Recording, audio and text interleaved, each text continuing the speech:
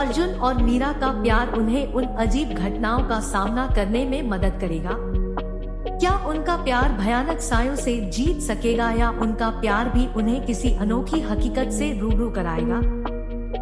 जमीन से ऊंची आवाजों के साथ हवेली की रात की सुनसान अंधेरे में गुजरा। अर्जुन और मीरा के दिल में डर और उत्सुकता दोनों थी। वो अजीब माहौल महसूस कर रहे थे और उनका साथ देना उनका प्यार और उनका हौसला बन गया था। कहानी के अगले हिस्से में अर्जुन और मीरा ने विचार किया कि उन्हें हवेली के कमरे से बाहर निकलना चाहिए या ना, लेकिन उनका साथ देना, उनका रिश्ता और उनका साहस उन्हें कमरे के अंदर रोकने लगे। उन्होंने सोचा, हम एक साथ हैं और हमें इस भयंकर माहौल से बहुत कुछ सीखना है। ये कमरा, ये किताब और ये कहानी, सब कुछ हमारे प्यार और एक दूसरे के साथ जुड़ा हुआ है।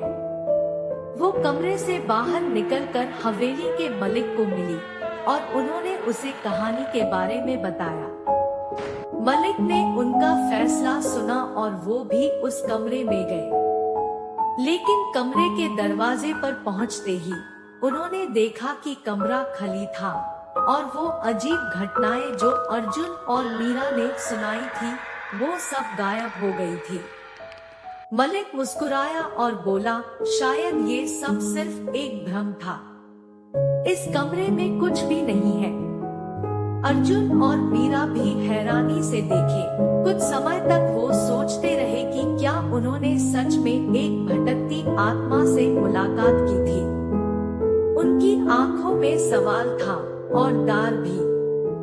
लेकिन जब वापस अपने कमरे में गए, उन्हें महसूस हुआ कि कमरा उनका साथ दे रहा था। कमरा के कोने में से कुछ अजीब आवाजें सुनाई देने लगी और उनके दिल की धड़कन तेज हो गई। क्या हवेली सच में भयानक राज छुपता था? क्या उन्होंने कमरे के दरवाजे के पीछे छुपा सस्पेंस और भयानक सच को खोया था? ये सवाल उनके दिमाग में चुभने लगे। अगले दिन अर्जुन और मीरा ने फिर से वो कमरा ढूंढा, लेकिन कमरा गायब था और वो हवेली में किसी अजीब और अनजाने माहौल में फिर से खोए ही उड़ा। सस्पेंस और डर उनके मन में बना रहे और वो डिसाइड करने लगे कि उन्हें हवेली के राज को सुलझना होगा या वो अजीब माहौल में ही फैंस कर रह जाएंगे।